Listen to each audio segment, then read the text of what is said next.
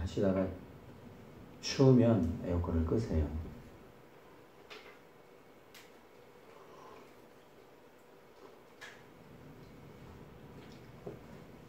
고린도전서 4장 14절 15절을 우리가 한 목소리로 같이 읽도록 하겠습니다. 내가 너희를 부끄럽게 하려고 이것을 쓰는 것이 아니라 오직 너희를 내 사랑하는 자녀같이 권하려 하는 것이라. 그리스도 안에서 일만 스승이 있으되 아버지는 많지 아니하니 그리스도 예수 안에서 내가 복음으로써 너희를 낳았습니다. 아멘.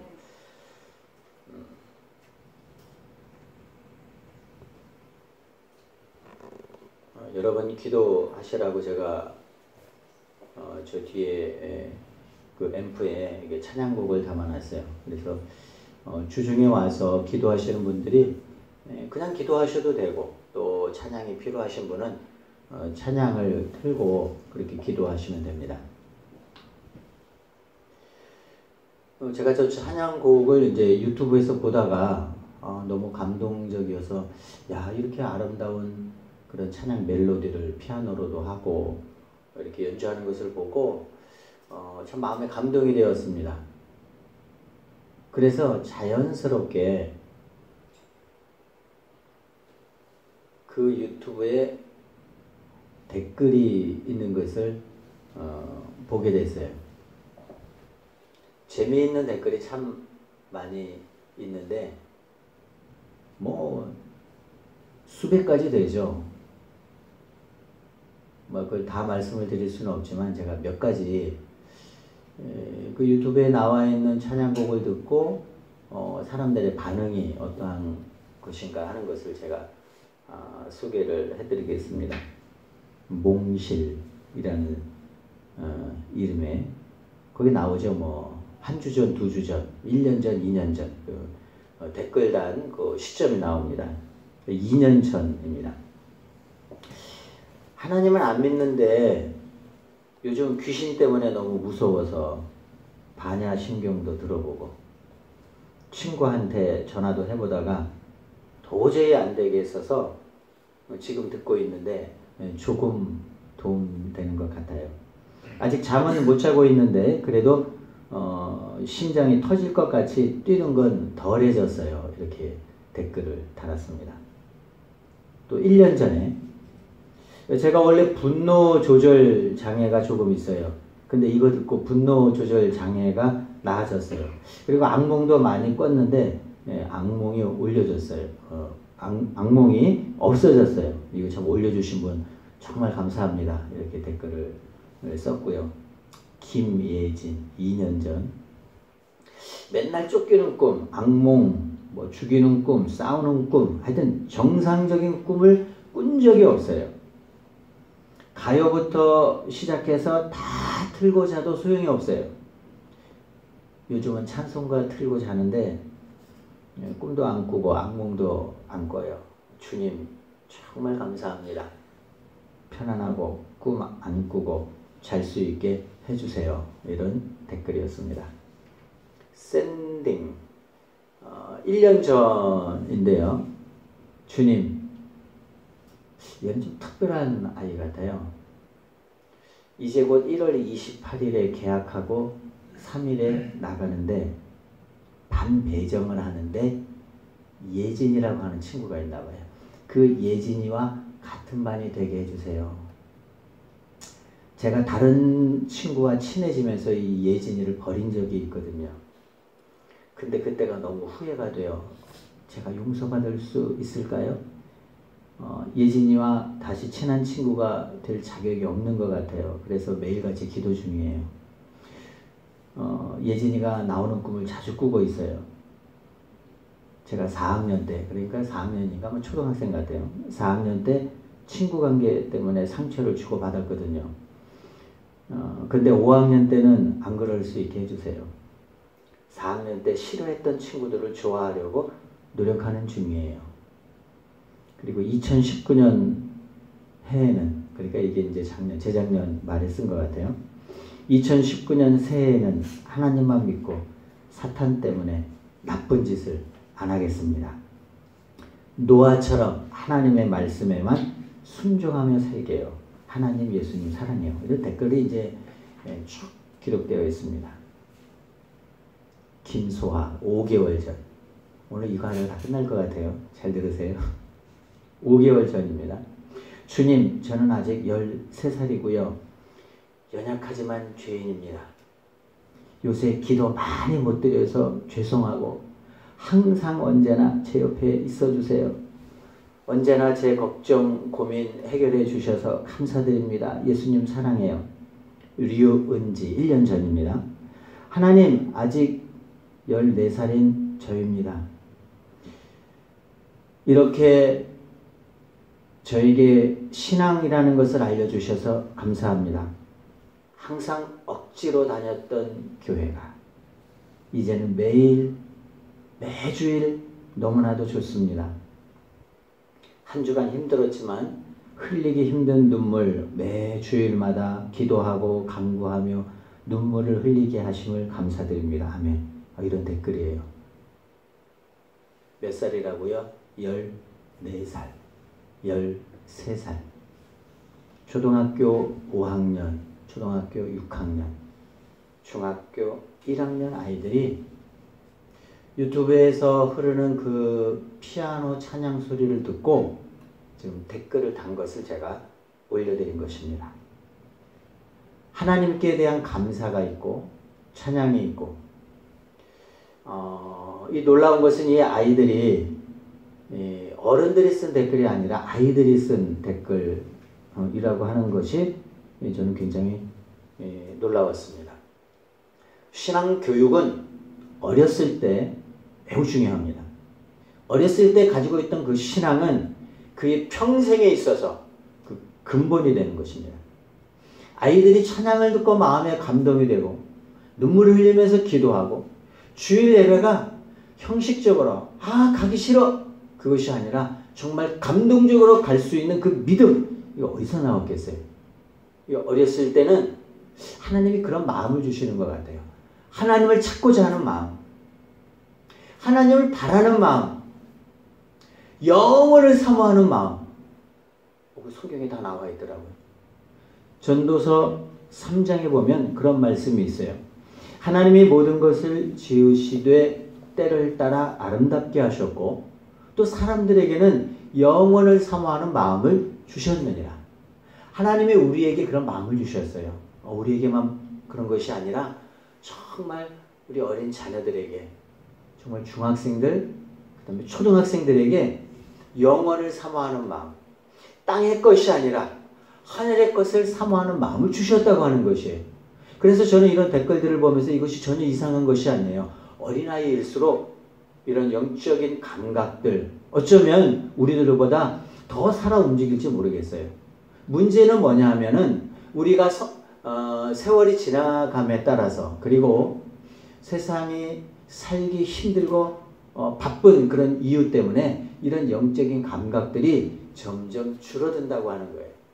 옛날에는 하나님께 대한 감사, 그리고 눈물, 감격, 예배의 은혜, 사모함, 이런 것들이 그냥 갈급했었는데 이제는 세상 사는 것이 너무 힘들어져서 이런 것들이 하나씩 점점 줄어드는 거죠. 그러니까 영적인 감각이 있는데 이것들이 어떻게 해요?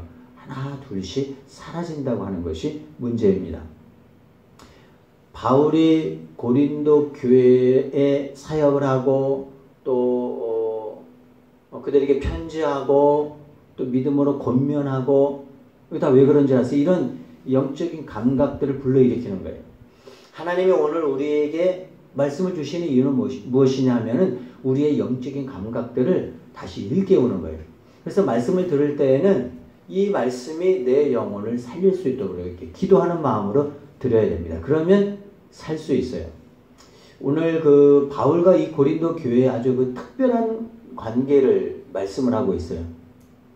제가 한 두 가지로 좀 요약을 해서 여러분께 말씀을 드리는데, 바울이 고린도 교회와의 갖는 관계가 아주 좀 특별하다고 하는 거죠. 그 관계가 오늘 우리가 본문이 매우 짧습니다. 우리 2절에서 한꺼번에 읽었는데 우리 그 14절에 우리 15절, 우리 한번 15절만 한번 읽어보도록 하겠습니다. 15절 읽겠습니다. 시작. 그리스도 안에서 일만 스승이 있으되 아버지는 많지 아니하니 그리스도 예수 안에서 내가 복음으로써 너희를 낳았다 이렇게 표현합니다. 물론 뭐 바울이 결혼을 안 했기 때문에 직접적으로 아이를 낳지는 않았습니다. 그런데 오늘 본문에는 이 육적인 아이가 아니라 영적인 아이, 복음으로써 너희를, 고린도 교회 교우들을 낳았다 이런 표현을 썼습니다.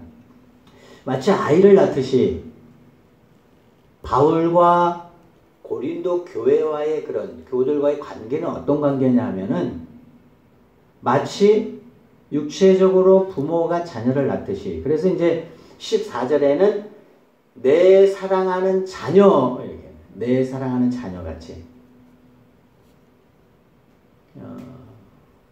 영적인 의미에서 이 바울이 고린도 교인들을 낳았다는 거죠. 복음으로서 낳았다는 거죠. 오늘 참 중요한 단어가 많이 있는데 그리스도 예수 안에서 낳았다고 하는 것이고 복음으로서 낳았다고 하는 거죠. 이것은 이제 교회 사역에서 매우 중요한 의미를 가져다 주고 있습니다. 마찬가지로 저는 그러면서 이제 오늘 말씀 보면서 그렇구나. 이 바울이 낳는 역할을 했구나. 그 복음으로서 영적인 아이를 생산하는. 그러니까 교회에 중요한 사명이 있다면 무엇인가 하면 이런 이제 영적인 의미에서 자녀를 낳아야 되는 거죠.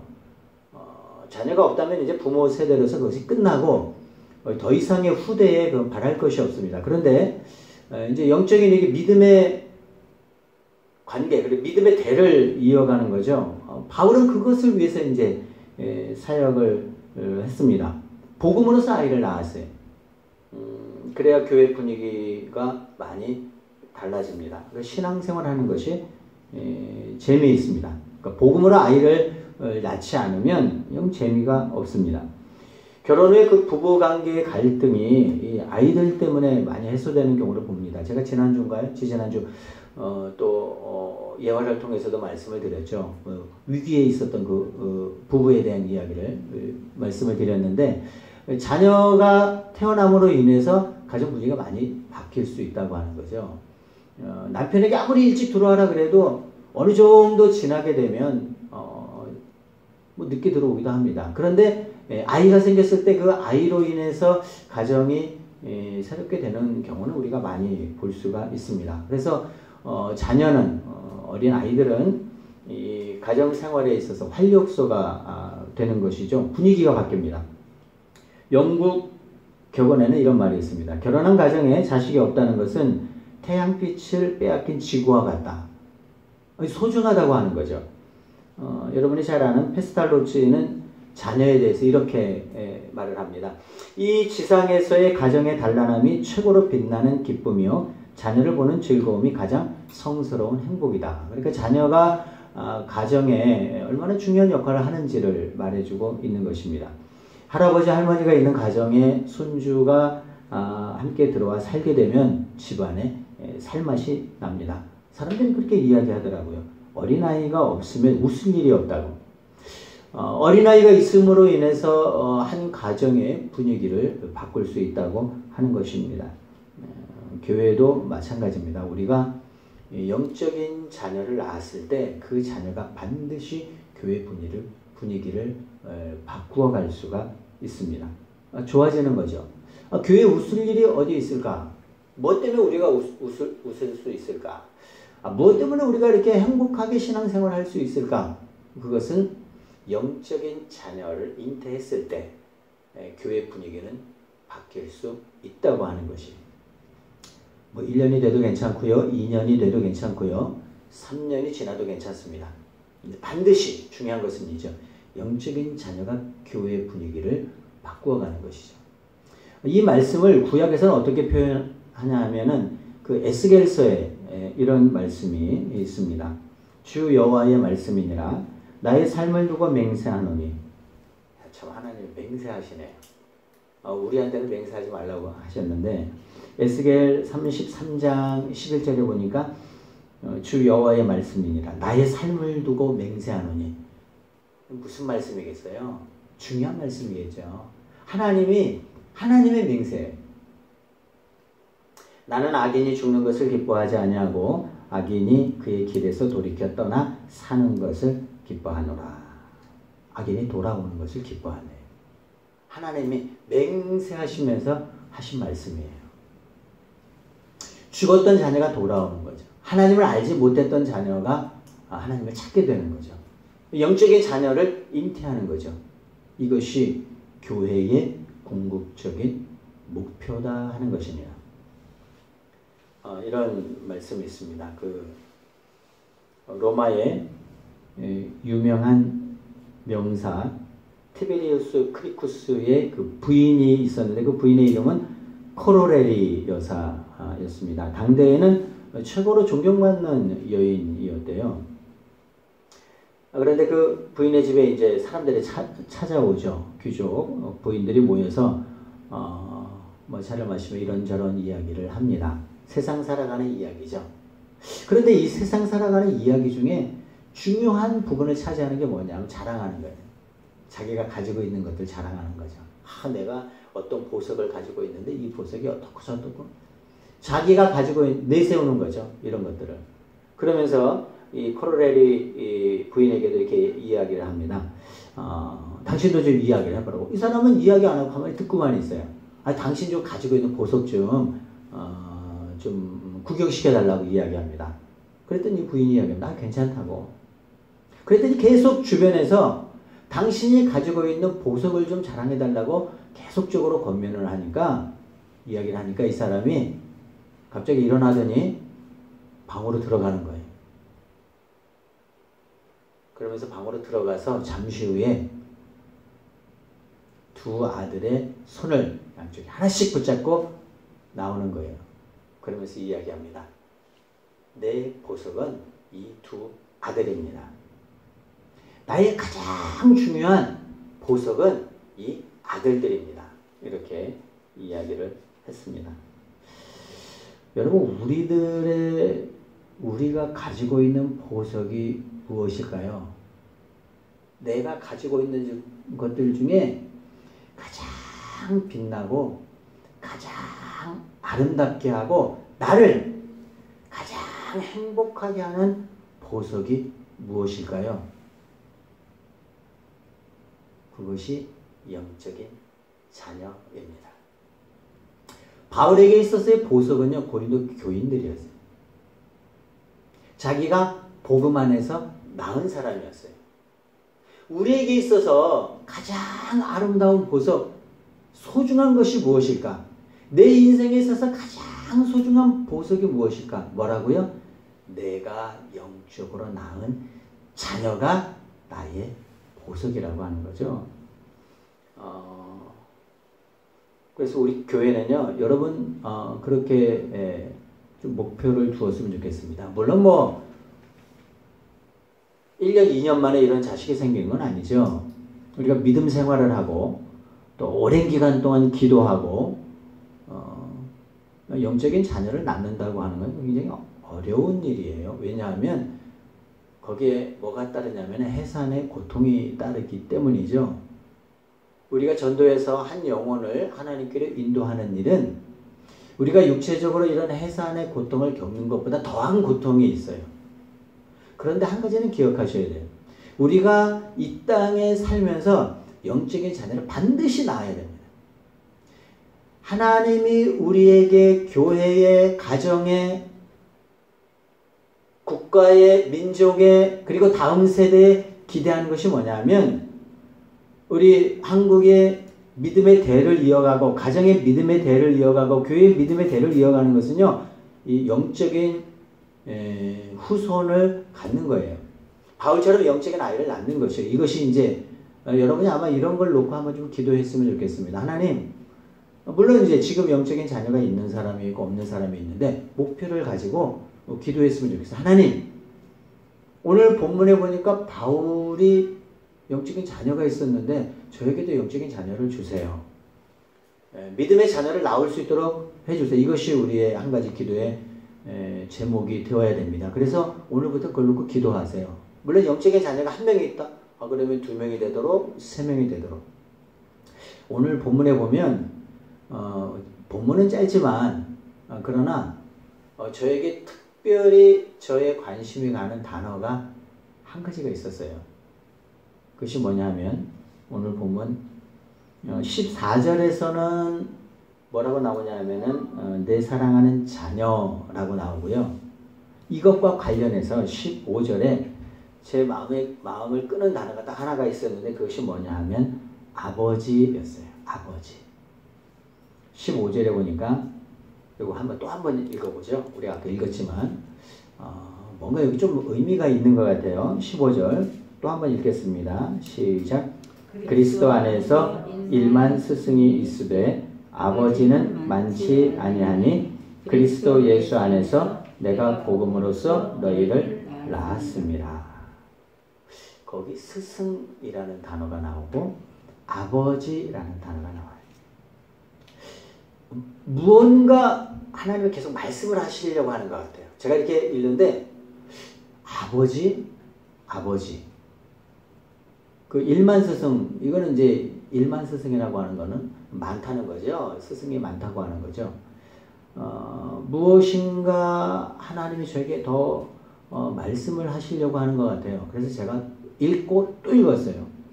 그리스도 안에서 일만 스승이 있으되 아버지는 많지 않다. 어떻게 좀 느낌이 옵니까? 이거 스승은 뭐고 아버지는 뭘까? 이런 의문이 생겼습니다. 의문이 생기면 어떡하죠? 하나님께 여쭤보면 되죠. 그래서 여쭤봤어요. 하나님! 아니 스승은 누구고 아버지는 누구입니까? 그러니까 하나님의 아무 말씀도 안 하세요. 그래서 또 물어봤어요. 하나님! 아니 이 스승은 누구고 아버지는 누구입니까?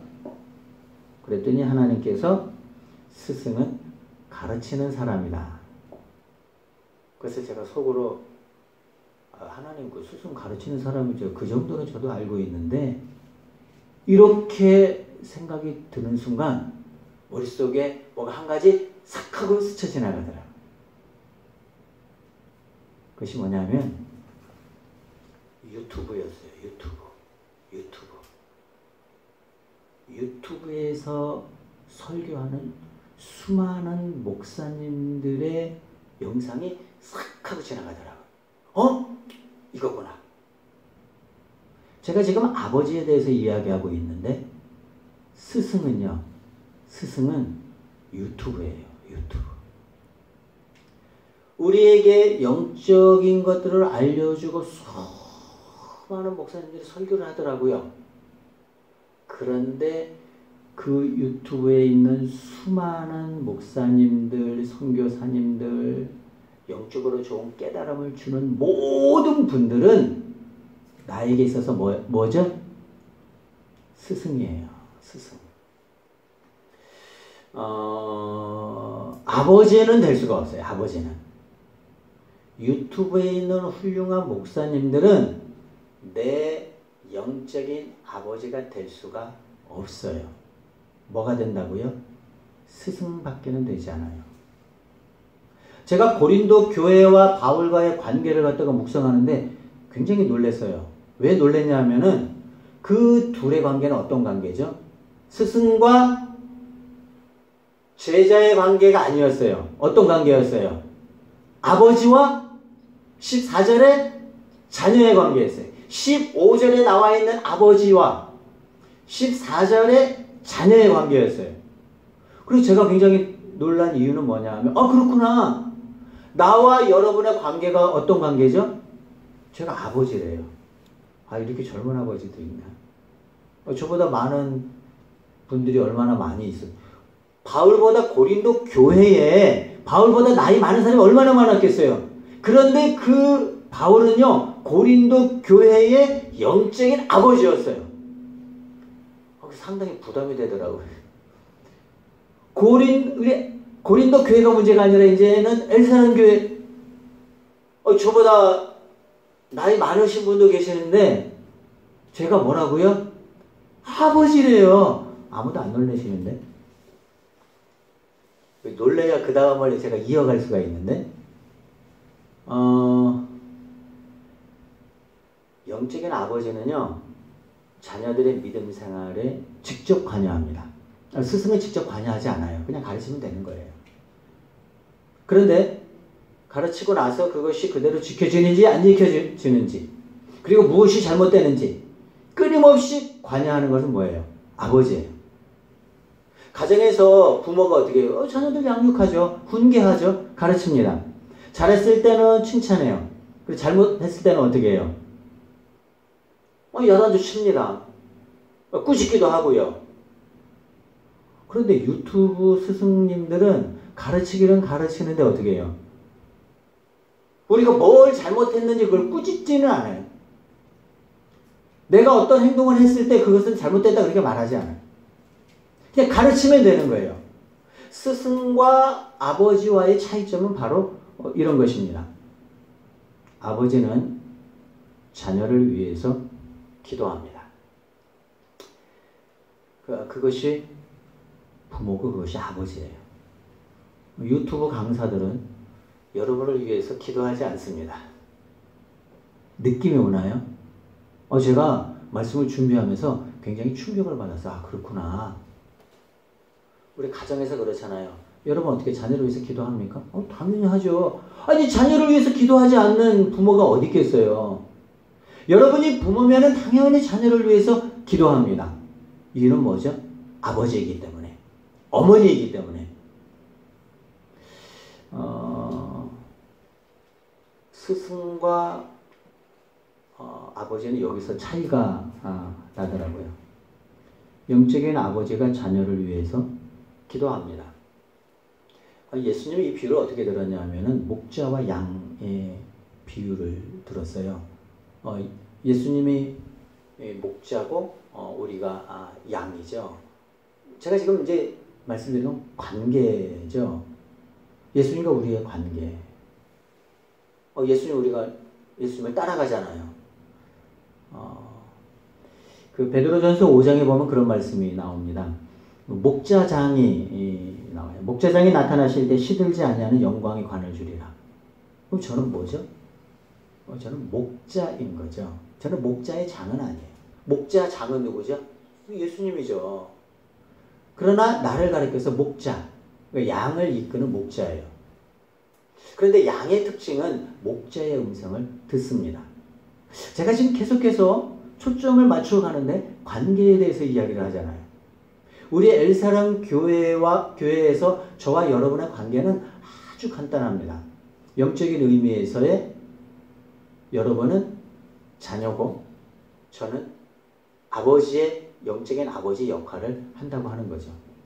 그러면서 제가 굉장히 무거워져서 그렇구나. 내가 책임지고 있는 사람이구나. 여러분의 영적인 건강의 상태를 책임지고 있는 사람이구나.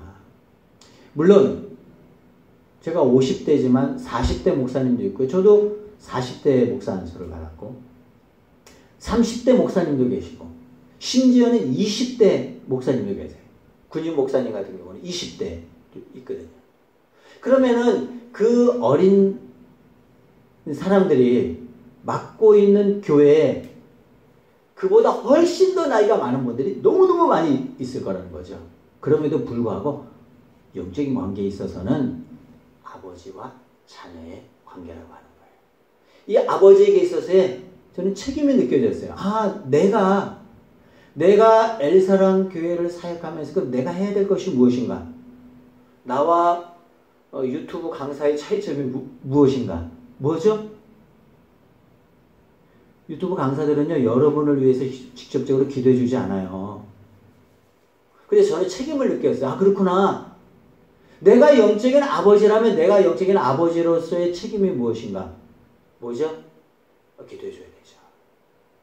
한 사람 한 사람의 이름을 부르면서 기도해 줘야 되죠. 영적으로 바르게 성장하도록 책임을 져야죠. 저의 책임이에요. 왜요? 영적인 아버지이기 때문에. 그러면 이 아버지와 자녀의 관계에 있어서 자녀들이 해야 될 것은 뭐죠? 들어야죠, 말을. 순종해야죠. 예수님이 우리에게 알려주었듯이 목자와 양의 관계에서처럼 오늘 바울이 우리에게 알려주었듯이 아버지와 자녀의 관계에서처럼 어떻게 해요? 음성을 들어야죠. 그것이 양이라고 이야기합니다. 저는 말씀을 전하면서 여러분이 양이기 때문에 말씀을 잘 들어야 된다라는 초점보다는 저는요 굉장한 이런 어떤 부담을 갖게 됐어요. 오늘 말씀을 전하면서 부담을 갖게 됐어요. 아, 나는 유튜브 강사가 아니구나. 아, 그런데 이 유튜브가 나가는 순간 또 저는 유튜브 강사가 되겠죠. 그런데 제가 유튜브에서 말씀을 전해도 유튜브 강의를 또 말씀을 듣는 사람들을 위해서 제가 다 기도할 수는 없어요. 근데 한 가지는 있죠. 하나님이 여러분을 위해서 기도하도록 저를 영적인 아버지로 세워주셨다고 하는 것이죠. 저의 책임이고 저의 사명이고 또 여러분은 그 음성을 듣고 목자와 양의 음성, 관계에서의 음성을 듣고 그것을 잘 따라서 나아가는 것. 이것이 오늘 하나님께서 우리 교회에 주시는 아주 중요한 메시지. 엘사랑교회 앞으로의 방향에 대해서 하나님 우리에게 말씀해 주신 거예요. 기도하겠습니다.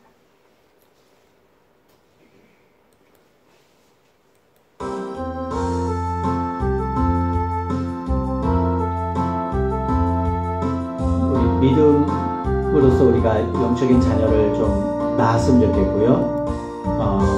그 다음에 우리가 영적으로 우리 엘사랑 공동체가 교회가 이 믿음 안에서 아름다운 그런 관계를 이루어갈 수 있도록 그래서 우리 두 가지 제목을 놓고 기도를 드리겠습니다. 기도하며